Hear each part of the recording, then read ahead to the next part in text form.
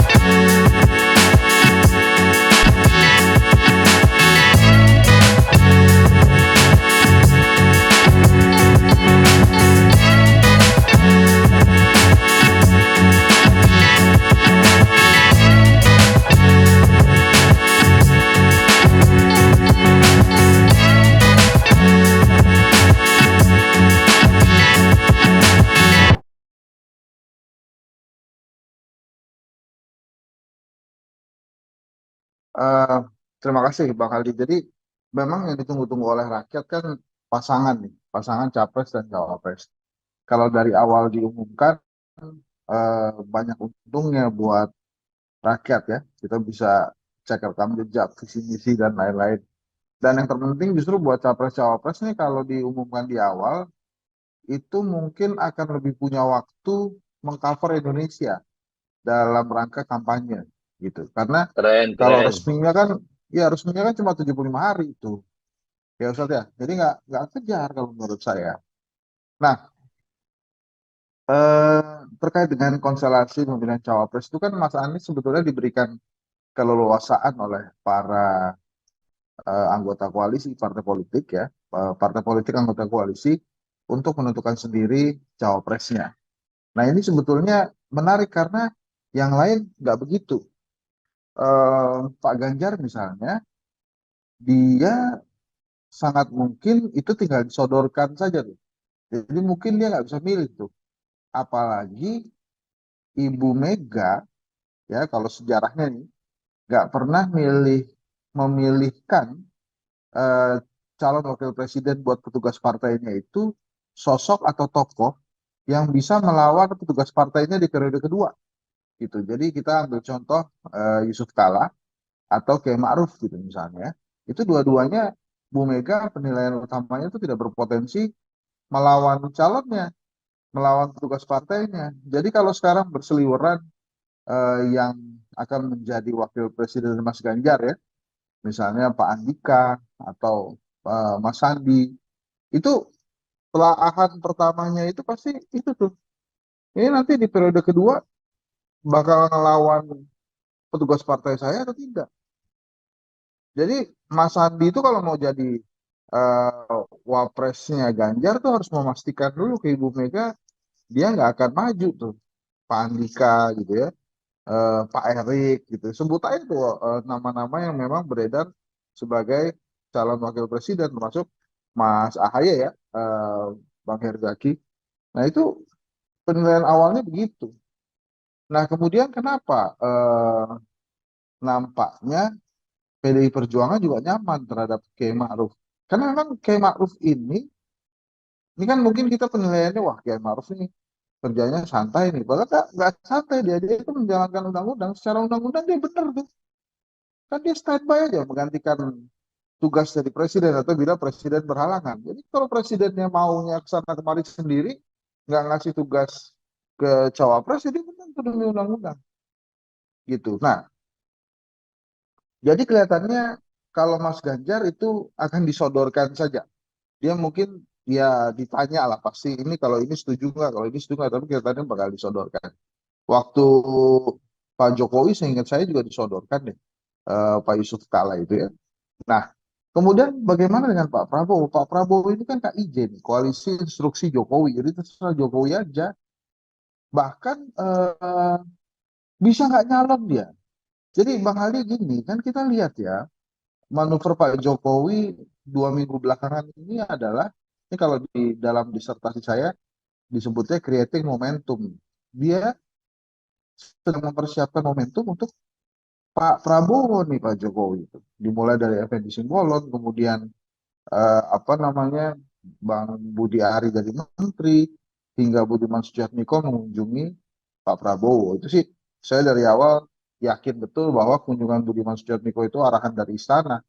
Itu nggak mungkin dia datang sendiri tuh ngetok-ngetok pintu ngetok pintu Pak Prabowo.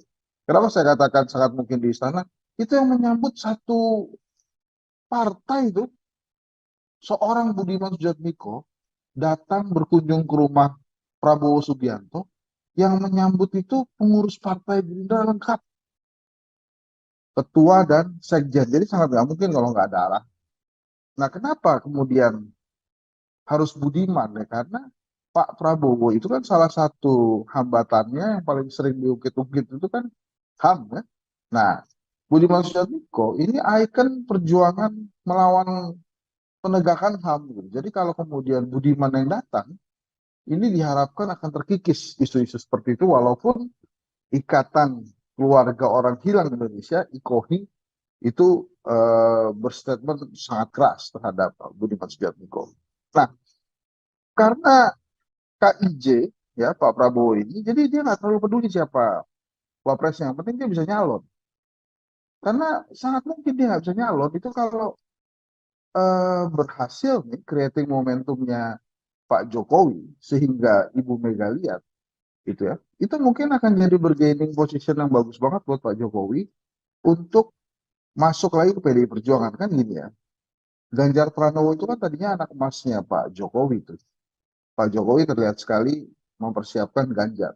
Tapi di 21 April itu diambil alih tuh anak emasnya jadi oleh Pak apa namanya oleh Bu Mega dari Pak Jokowi. Jadi dia nggak punya bargaining lagi tuh. Nah kelihatannya dia saat ini sedang mencoba masuk kembali ke PDI Perjuangan dengan ikutan cawe-cawe di Ganjar Pranowo. Jadi kalau sampai nggak dipenuhi cawe-cawenya di Ganjar ya saya ke Pak Prabowo gitu ya. Pak Jokowi bisa saja bilang tegak lurus ke Ibu Mega, tapi yang paling enak dilihat itu pergerakan relawannya kemana tuh Bang Ali. Karena relawannya Pak Jokowi kan tegak lurus ke Pak Jokowi. Merah kata Jokowi, merah kata relawannya.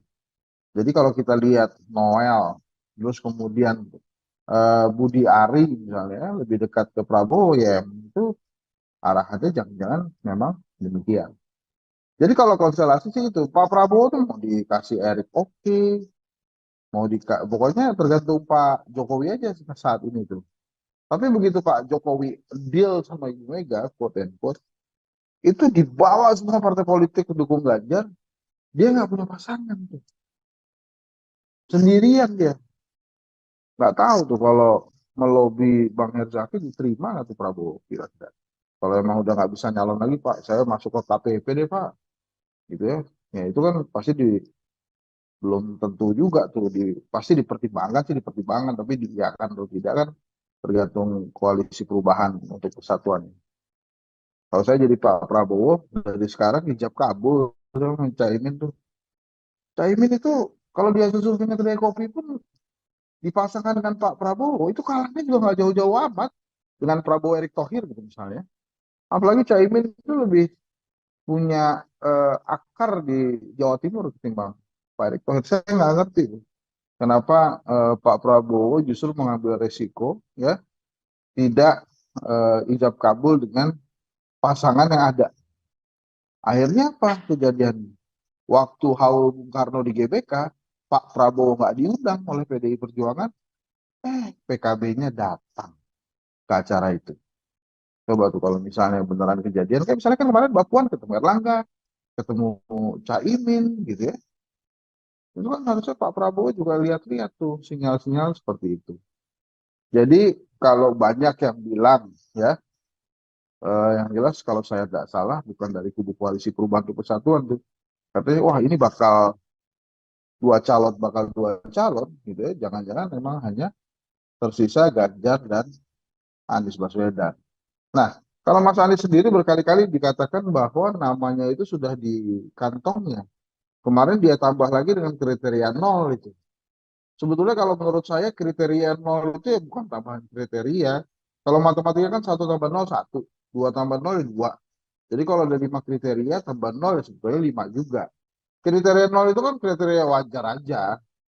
Kriteria ya pokoknya jangan kena hukum dulu lah. Kita belum apa-apa udah injak rem sama kopling gitu ya. Jadi kriteria berani dan klik itu menurut saya sih masuk akal. Dan tentang berani Bang Hadi, secara kasat mata bisa kok kita melihat kira-kira siapa yang akan dipilih oleh Anies Baswedan.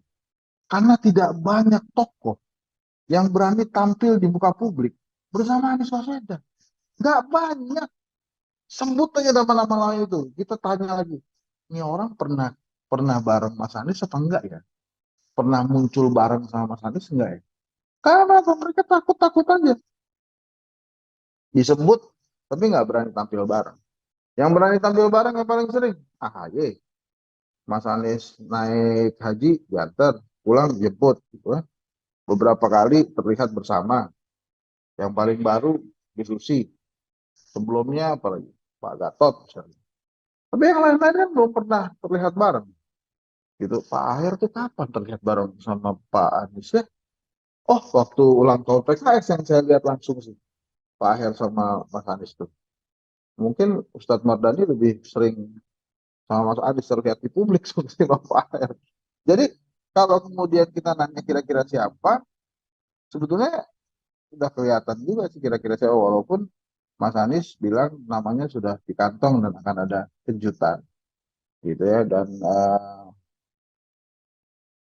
saya juga yakin sekali partainya Bang Herzaki itu tiba-tiba hari ini, bukan hari ini ya, mulai 2 minggu yang lalu kalau saya tidak salah tuh di mana-mana foto Mas Anies dengan ketumnya itu kan eh, nanti itu perlu ditanyakan juga tuh Bang Herzaki.